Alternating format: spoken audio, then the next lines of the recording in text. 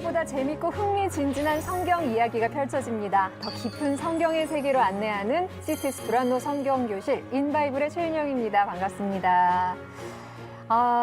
교회 다니면서요, 주변을 보면 성경 공부를 하고 싶어 하는 사람은 되게 많아요. 막 이렇게 성경이 이렇게 쫙 펼쳐지듯이 알고 싶어 라고 얘기는 하는데, 막상 성경 공부를 하자고 하면 굉장히 좀 이렇게 위축되고, 막 커다란 그 돌산 앞에선 그런 위압감을 느껴서 감히 시작도 못하겠다, 이런 얘기들을 참 많이 하거든요. 집사님은 어떠세요? 공부하자 그러면 야 신천지인지 알아봐라 이거부터.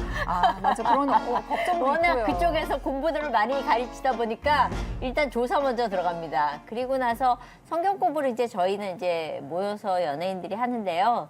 공부하면서 배우는 거는 공부로 지식이 되면 안 된다. 그게 삶이 돼야 된다라고 얘기를 많이 하죠. 왜냐하면 이게 배웠으니까 너 그거 몰라? 아직도 그거 몰라? 그렇게 돼서 교만이 싹 트면 안 되고 말씀을 들으면서 내가 점점 더 겸손해지고 낮아지기 위해서 성경 공부를 하는 거기 때문에 저희는 성경 공부를 하면서 지식보다 지혜를 얻기 위해서 공부하는 경우가 더 많아요. 네. 되게 똑똑해졌죠, 목사님? 아니, 우리 목사님하고 또 교수님은 성경을 가르치는 입장이시니까 다르게 생각하실 수도 있을 것 같고, 성경 공부는 왜 필요한 건가요? 이번에 그 데이터로 성경 공부를 해야 믿음이 생긴다는 그 결과를 얻었어요. 네, 한국교회탐구센터가 GN컴 그 리서치하고 같이 의뢰해서 교회 출석한 지 만 5년 이상 된 새신자 458명을 대상으로 해서 어떻게 믿음을 갖게 됐냐. 1위가 성경 공부입니다. 그러니까 성경 공부는 우리의 믿음을 갖게 하고 그리스도인의 믿음을 성장하게 하는 아주 중요한 과정이라고 말할 수 있습니다. 네. 교수님, 성경 공부는 왜 해야 하는 건가요? 예, 공부는 공부입니다. 예, 아는 만큼 보인다고 그러잖아요. 너무 많이 보이시겠어요. 다 보이실 거 아니에요. 제가 강조하는 것이 성경이 뚜렷하게 보이면 좋은데, 예를 들어서 이제 배경이 이럴 때에 주먹이 있다고 생각하면은 글쎄 뚜렷하지 않거든요. 근데 여기 이제 이런 색깔로 딱 깔아주면은 주먹이 뚜렷하게 보이잖아요. 그래서 제 목적은 성경 자체보다도 각자의 이제 역할이 있으니까 이 배경을 어떻게 할 것인가, 고고학적인 것이 좀 더 결정적으로 그 어느 시대 인물인가를 측정할 수 있는 그러한 시금석이 되고 증거가 될 수 있습니다. 그래서 이러한 성경의 배경을 공부하다 보면은 한 평생도 모자란다고 생각해요. 우리는 당연하지 성경에는 우리 문화, 언어, 역사 있는데 근데 교훈도 찾을 수 있어요. 예. 그 성경에는 엄청 중요한 메시지 들어가니까 네. 우리는 성경 공부하면서 그런 교훈, 그런 메시지를 현대적으로 어떻게 쓸 수 있는지 배워요. 네. 그러니까 그렇게 성경을 많이 알고 있으면 어떤 일을 만났을 때도 막 성경 구절이 떠오르고 성경 안에 있던 내용들이 막 생각나고 그러면 그쵸. 또 행동을 그렇죠. 그런 연결이 그런 그 과거, 그 현재 연결을 만들 수 있어요. 성경으로. 그렇습니다. 여러분, 성경 공부는 꼭 해야 됩니다. 믿음이 생기고요. 또 배경 지식까지 쫙 꿰야 입체적으로 또렷하게 보입니다. 인바이블과 함께라면 지루하지 않게 재밌게 하실 수 있습니다. 오늘도 풍성한 성경 이야기들 준비했거든요. 다 함께 성경 속으로 들어가 볼까요? 인바이블!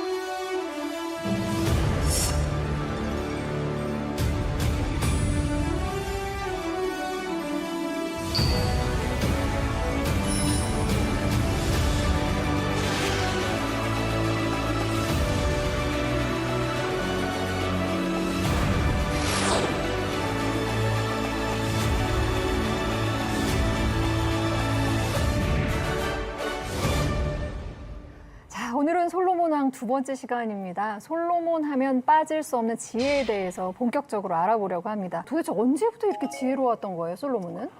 솔로몬이 기브온 산당에서 1천 번제를 드리고 난 후에 하나님이 꿈에 나타나셔서 내가 내게 무엇을 줄고 너는 구하라 그랬거든요.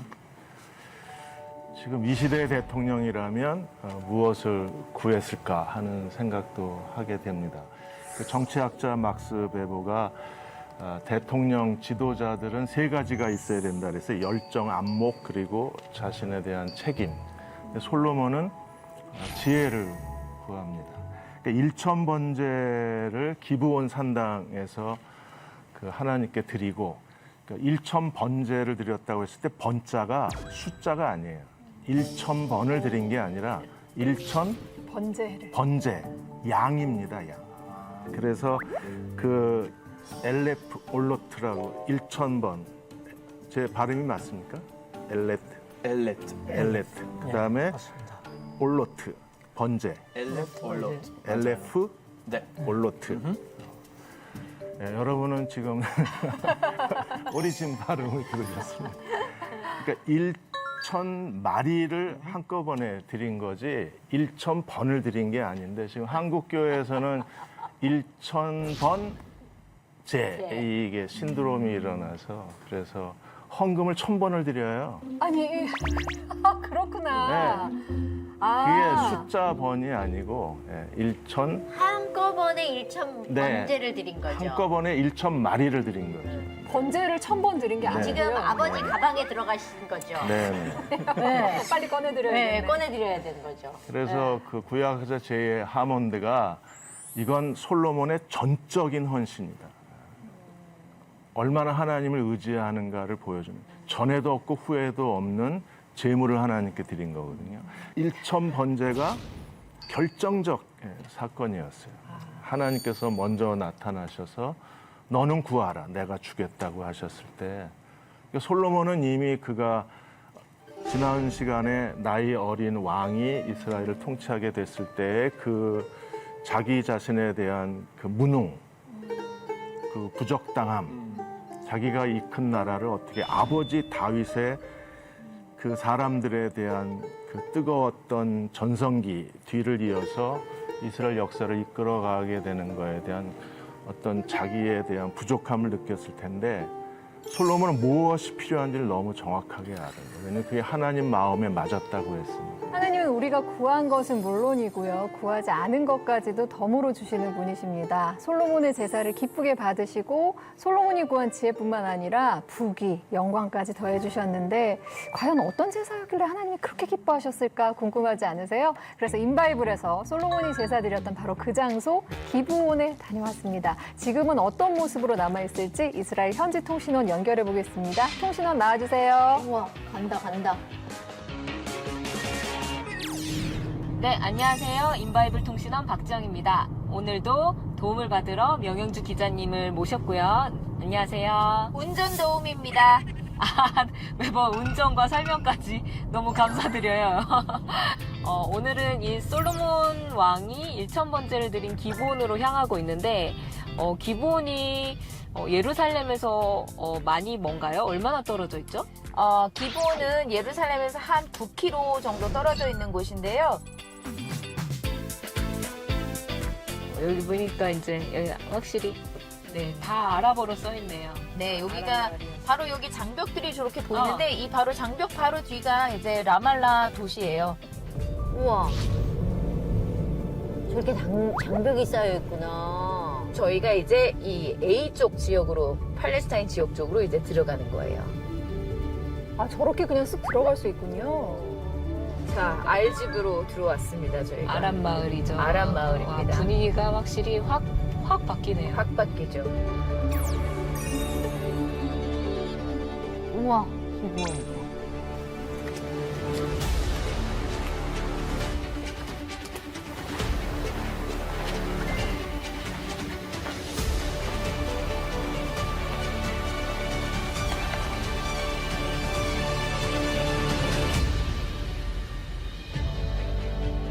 이 한가운데 이렇게 정말 중요한 유적지 같은데 여기 이렇게 축사가 세워져 있어요. 웬일이야.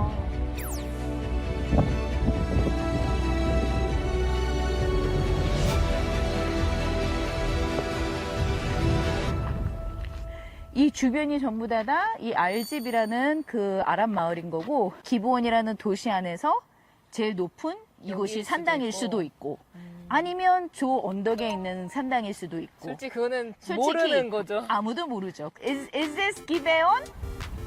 Gibeon, right? 아, this is the archaeology. 올드 기본. Old Gibeon. 아, there. 오호라.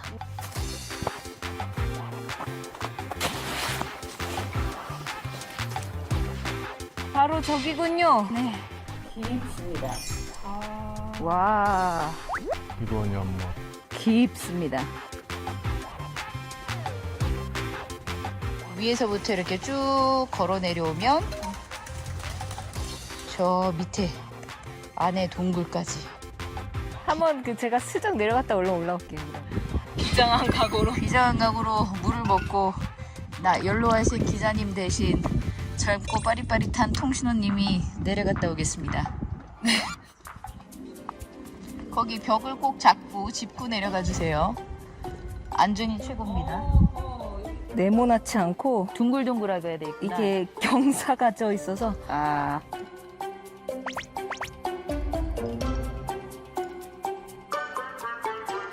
아, 이제 초반만 그렇고 네. 조심조심 갈게요.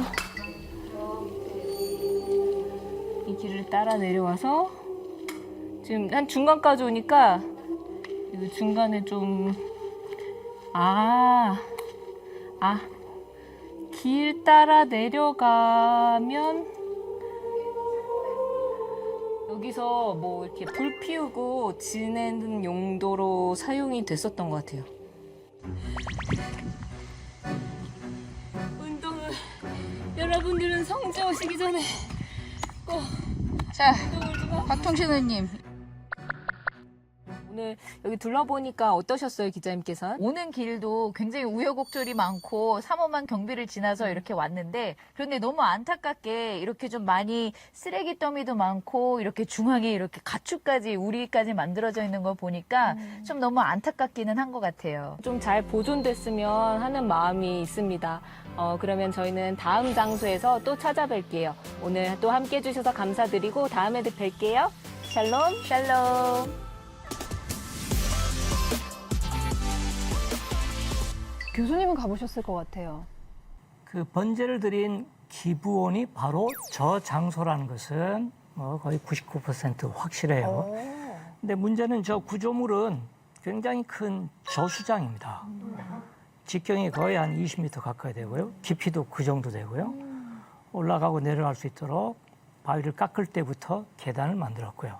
또 밑에 옆으로 통하는 곳이 있고 저것은 원래는 팠을 때 샘이 있어서 샘물이 자동적으로 고이도록 그렇게 했을 텐데 샘이 마르면 그다음부터는 겨울철에 비가 왔을 때 가끔 눈도 오고 저수장이고 두 번째는 큰 저수장은 신전 제단에 필요합니다. 결국 제사라는 것은 살아있는 가축을 제사장이 도살하는 겁니다. 반드시 살아있는 거를 데려오게 돼 있어요. 흠 없는 것으로. 그렇다면 물이 많이 필요하죠. 가죽을 벗기고 이렇게 각을 뜨고 해서 결국은 뭐 숯불구이 불고기입니다. 근데 번제만큼은 완전히 태워버리는 것이고 다른 종류의 제사는 적당하게 익혀서 제사장과 참석한 사람들이 이제 나눠서 먹는 것이죠. 저곳은 그 다른 거 몰라도 엄청난 규모의 그 물탱크 그것이 곧 옆에 제단이 있었을 것이다. 또 한 가지만 덧붙이자면은 기브온 제사는 다윗 왕도 저기서 드렸어요. 역대기 쪽에 등장하는 역대상 16장 37인데 그렇다면 아버지 때부터 거룩한 제단으로 여겼기 때문에 그 아들도 아버지가 제사 지냈던 그곳에 갔지 않았는가. 저는 기브온 산당에 대해서 아버지가 거기서 하는 걸 늘 봐왔던 솔로몬이 나도 거기서 지내야 되겠다라는 마음을 먹었기 때문에 기브온 산당으로 갔을 수 있다는 거네요. 번제단이 거기 있었어요. 제사장은 기브온에 있고 법궤는 예루살렘에 그게 너무 있고 궁금했었어요, 사실은. 예. 다윗이 예루살렘과 기브온을 동시에 소중하게 여겼죠. 그래서 우리한테 중요한 장소인데 접근이 좀 힘드니까 아파요. 우리 마음. 그렇지. 그렇겠네요. 이제 솔로몬의 지혜에 대한 얘기도 좀 공부를 해보죠. 이제 점점 소문이 나기 시작하면서 많은 사람들이 솔로몬을 찾아옵니다. 솔로몬의 지혜가 가장 빛을 발한 사건, 순간 어떤 때라고 보세요? 그게 오늘 그 주제에 그 두 창녀 여인들이 이제 아이 하나를 데리고 와서 내 아이라고 주장하는 사건이거든요. 그러니까 이 두 여인의 아기에 대한 재판 사건이 나이가 어린데도 불구하고 지난 시간에 솔로몬이 나이가 어렸는데 어떻게 이스라엘 백성을 통치했냐. 그러니까 솔로몬의 그 능력을 보여준 결정적 사건이 이 재판 사건이에요. 그렇죠. 하나님의 지혜가 그 속에 있어서 판결함을 보고 온 이스라엘 백성이 두려워했다. 왕을 두려워했다. 이게 이제 솔로몬의 강력한 통치 구조를 만들게 되죠. 그때는 백성들이 뭐 솔로몬 그 왕으로 잘할 수 있냐? 잘할 수 없냐? 그런 생각이 있었는데 근데 재판 뒤에 백성 사람들이 다 알았어요. 이분은 잘할 수 있어요. 그래서 우리도 그런 일에 대해 생각하면 좀 자부심 느낌이 들어요. 우리 솔로몬 완전 똑똑한 사람이 있어요. 자랑스러운 조상. 네.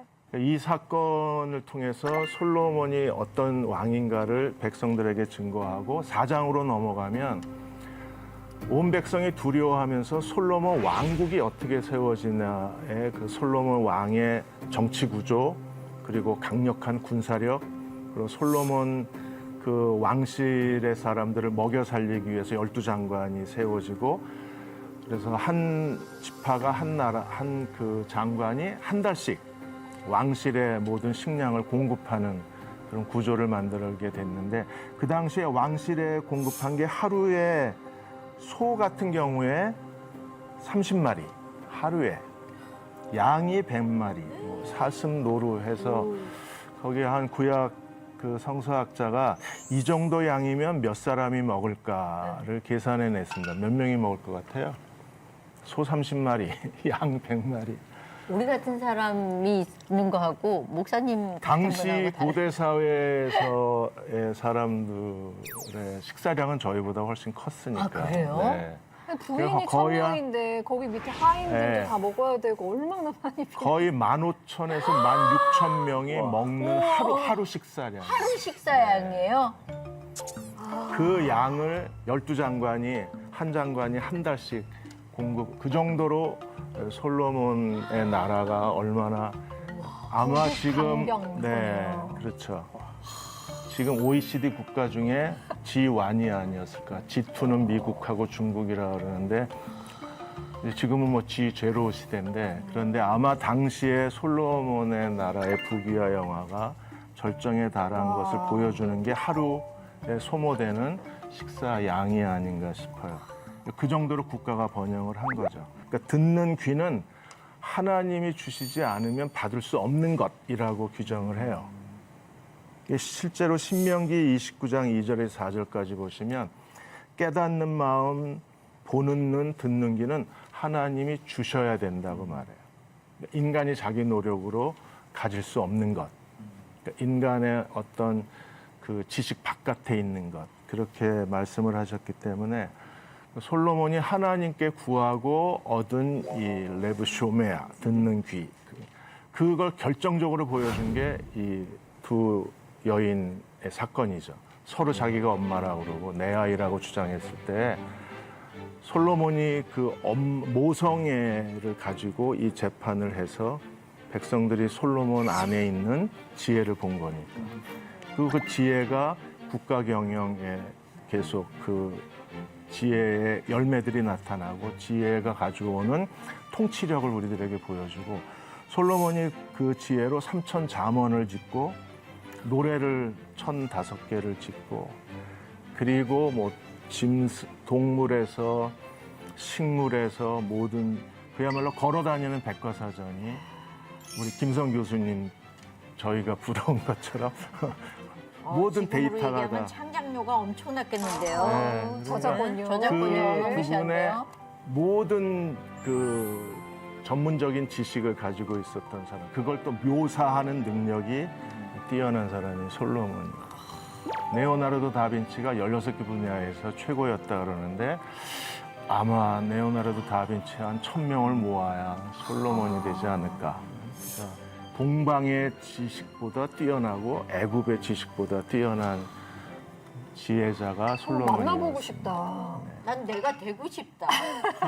어떤 생각으로 어떻게 모든 관점이 바뀌어서 듣는 마음으로 어떻게 보면 솔로몬은 머리가 비어 있지 않을까라는 생각을 해본 적이 있어요. 왜냐하면 들으려면 비어 있어야 이게 공급이 되잖아요. 네. 그러니까 하나님이 주시게끔 내 그릇을 늘 비우라 그러셨으니까 솔로몬은 늘 멍 때리고 있었을까? 무슨 논리? 그런 생각을 해본 적이 있어요. 예. 결국 이제 아버지 다윗은 문학, 노래, 시가, 즉 시편, 아들 솔로몬은 지혜. 그러니까 사실 성경의 지혜에 관한 모든 내용들을 솔로몬을 기원으로 삼은 거고, 그다음에 아름다운 노래들은 다윗으로, 아버지는 문학적인, 아들은 지혜로운. 그렇다면 제가 보기에는 아버지보다는 한 수 위가 아닌가.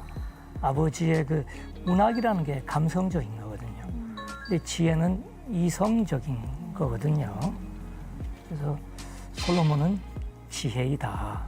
그것을 오늘날까지도 솔로몬의 지혜라는 그러한 구절이 현대인에게까지도 적용이 됩니다. 그러면 유대인한테 잠언은 또 특별한 거겠죠? 엄청 특별해요. 엄청? 네네네. 우리는 그 히브리어로 잠언은 히브리어로 미슐리, 세fer 미슐레, 그 미슐레 책으로 불러요. 미슐레는 그 마샬이에요. 마샬은 우화이에요. 그 교훈 들어가는 이야기 뜻이죠. 네. 그래서 우리는 이 책으로 그 찾을 수 있는 토픽은 4개로 나누어요. 그 첫 번째는 사람과 영혼, 그리고 두 번째 사람과 국가, 세 번째는 그 사람과 친구, 그리고 마지막으로 사람과 하나님. 그래서 우리는 이 책으로 외우는 거 말고 우리는 그냥 이 솔로몬의 지혜 아니면 우리 인생에 쓸 수 있는 교훈을 찾을 수 있어요. 네. 잠언을 살아낼 수 있는 사람은 없어요. 네. 네. 한번 살아보려고 그랬는데 안 되겠네요. 아니요, 포기해야 되겠어요, 목사님 말씀 듣고. 아니요. 그런 뜻이 아니라 실천할 수 있는 능력을 갖는 게 중요하지. 그걸 단순히 뭐 암송하고 네. 기억한다고 문자적으로 그냥 살 수 있는 건 아니고 그 잠언을 읽을수록 우리가 더 솔로몬처럼 무릎을 꿇어야죠. 지혜로운 마음을 달라고. 네. 이렇게 현명하고 이렇게 지혜로운 솔로몬 왕 덕분에 이스라엘은 태평성대 부귀 영화를 누리게 됩니다. 여호와를 경외함이 지혜의 근본이라 이렇게 고백했던 솔로몬인데 글쎄 그 하나님이 인정하는 왕으로 그 자리를 잘 지켰을까? 솔로몬은 그 이후에 어떤 삶을 살았을까 궁금한데요. 네.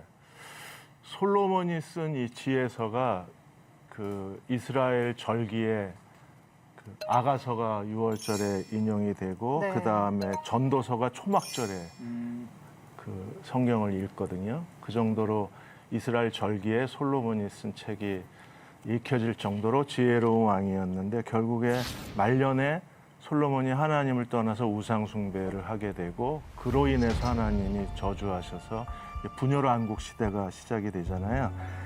그 장면이 열왕기상 11장에 보면 솔로몬 왕이 바로의 딸 외에 이방의 많은 여인을 사랑했다 그랬어요. 네. 그래서 그 사랑한 여인들이 모압, 암몬, 에돔, 시돈, 헷 여인이라고 그 국적을 기록해 놓았고, 그리고 2절에 보시면 여호와께서 일찍이 여러 백성에 대하여 이스라엘 자손에게 계속 모세의 율법에 반복해서 말씀하신 게 그들과 더불어 결혼하지 마라. 그리고 절대로 통혼하지 마라. 반드시 너희 마음을 돌려 여호와를 떠나게 하리라. 하나님이 경고 위에 경고를 하셨는데 솔로몬이 이 여인들을 사랑하고 솔로몬이 2절에 그들을 사랑했더라 그랬어요. 1절에 사랑했다는 아헤브, 집착했다는 거고 스토킹 범죄같이. 2절에 사랑했다는 건 나바크, 달라붙었다는 거거든요. 그러니까 솔로몬이 여자들이 먼저 다가온 게 아니라 솔로몬이 먼저 달라붙었어요.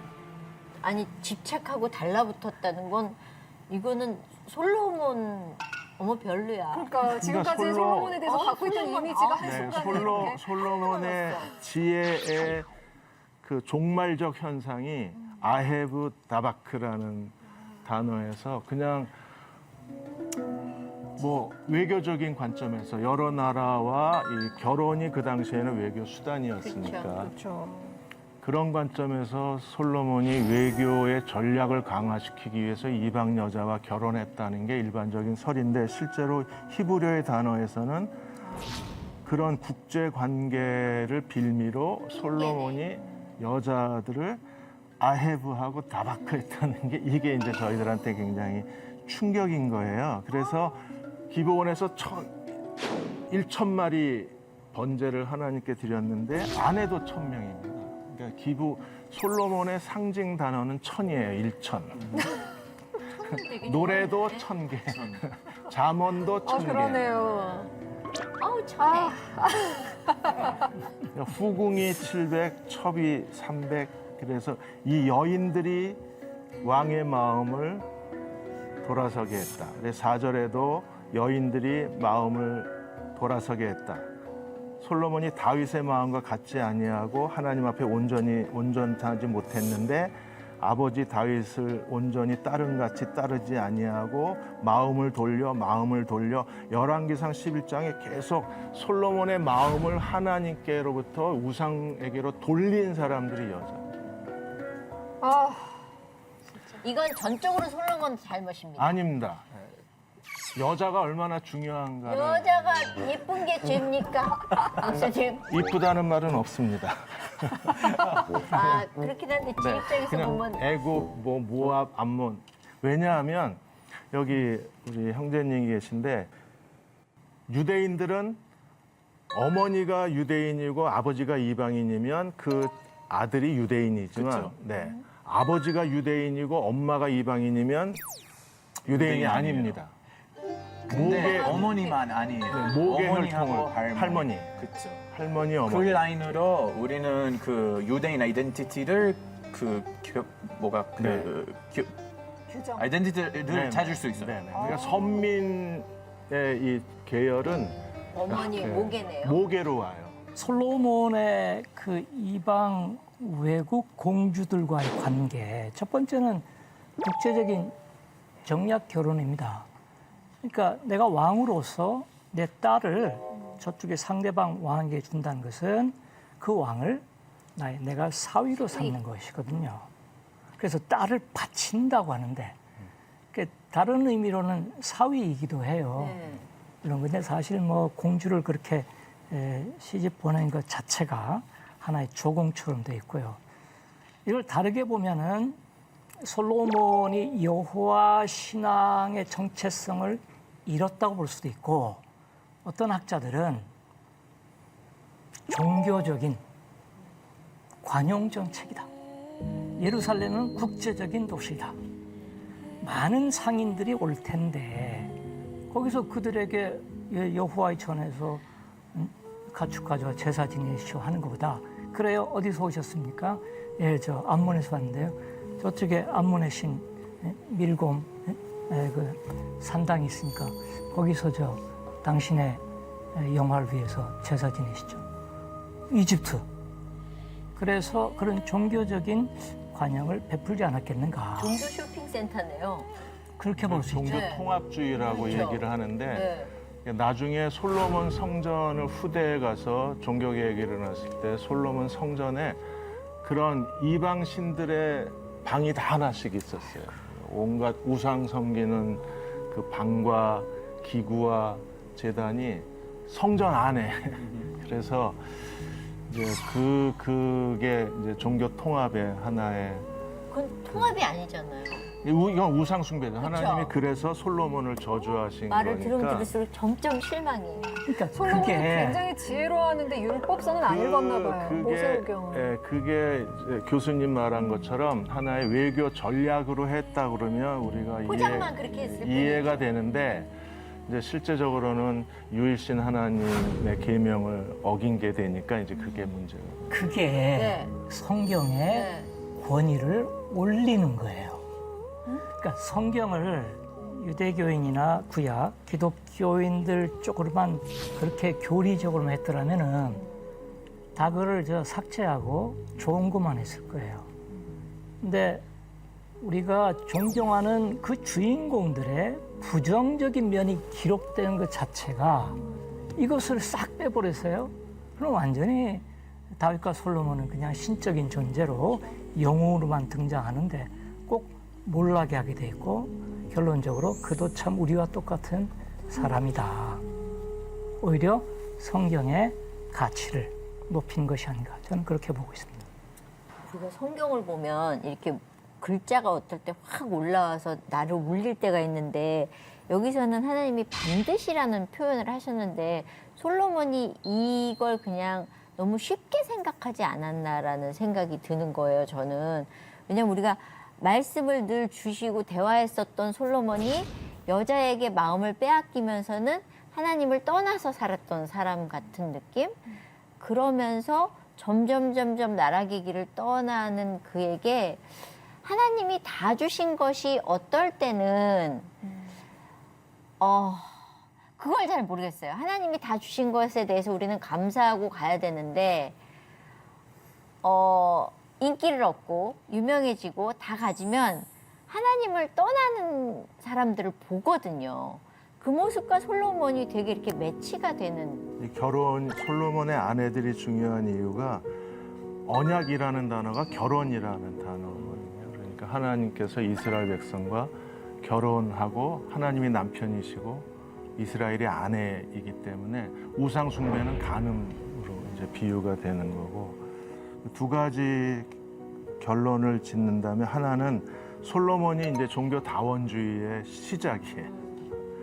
그래서 종교 다원주의는 모든 종교를 다 인정하는 거거든요. 모든 종교가 다 결국에 추구하는 목적은 같다. 이제 저희는 또 하나 중요한 게 이게 여자. 그러니까 솔로몬의 지혜보다 여자가 더 큰 거예요. 여자의 능력이.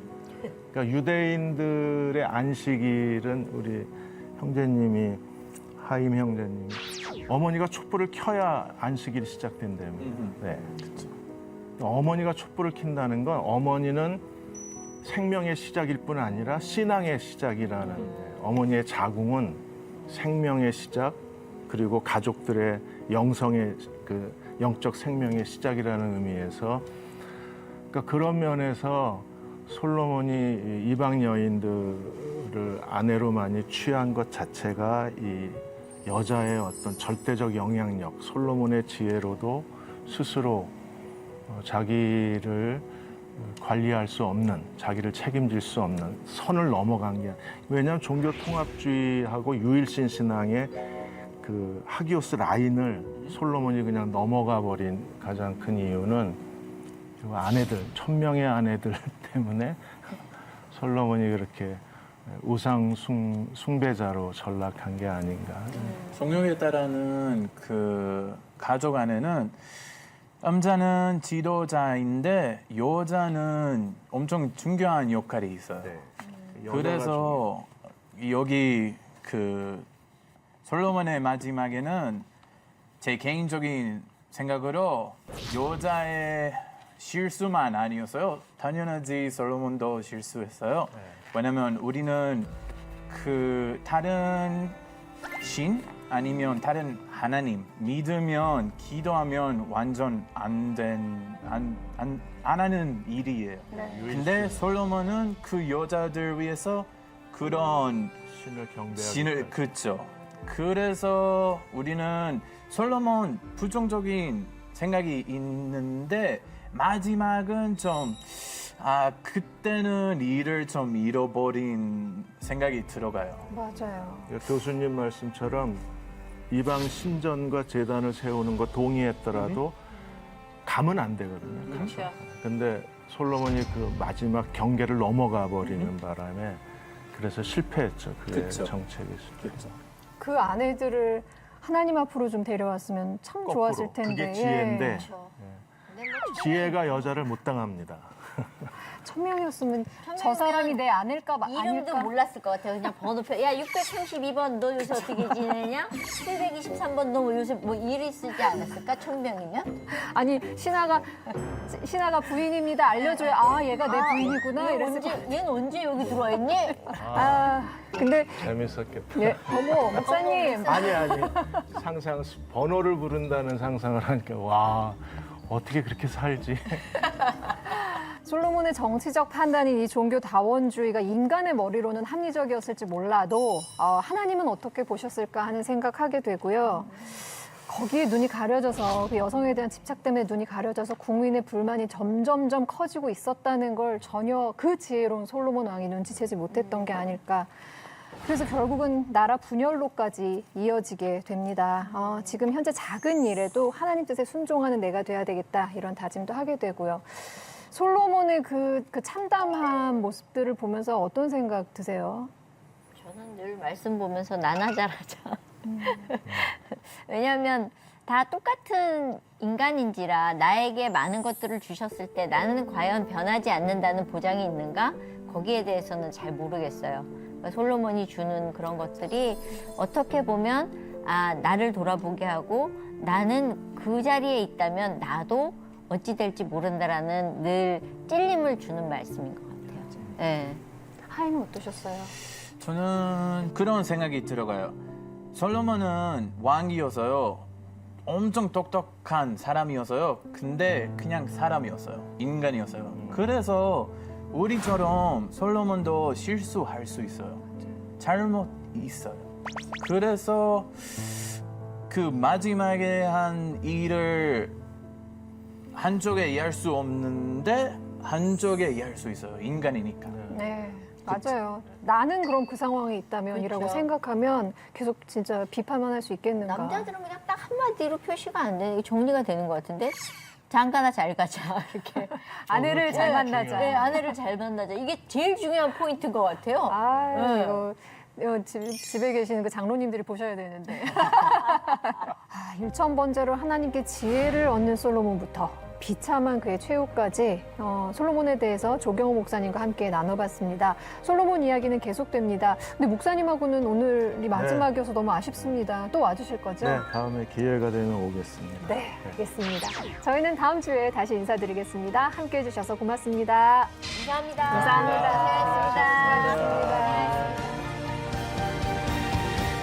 솔로몬을 통해서 하나님은 성전 건축이라는 큰 일을 또 이뤄내셨어요. 솔로몬의 성전 어떤 모습이었나요? 막 상상할 수가 없어요. 성전의 위용을 보면서. 과거에는 하나님의 영광이 가득했던 곳이었지만 지금은 또 수많은 갈등과 또 분쟁이 슬퍼요. 왜냐면 성전사는 우리한테 엄청 중요해요. 성전을 만들지 않았더라면 예루살렘도 없었을 것이다. 근데 솔로몬의 그 지혜라는 것이 상상할 수 없는 지혜였던 거죠. 엄청난 지혜. 솔로몬도 죄로부터 자유롭지는 않았습니다. 이스라엘 백성들은 잘못 배웠다 생각 안 들어요? 솔로몬 왕의 이야기는 계속됩니다. 성경 속으로 들어가 볼까요? 인 바이블!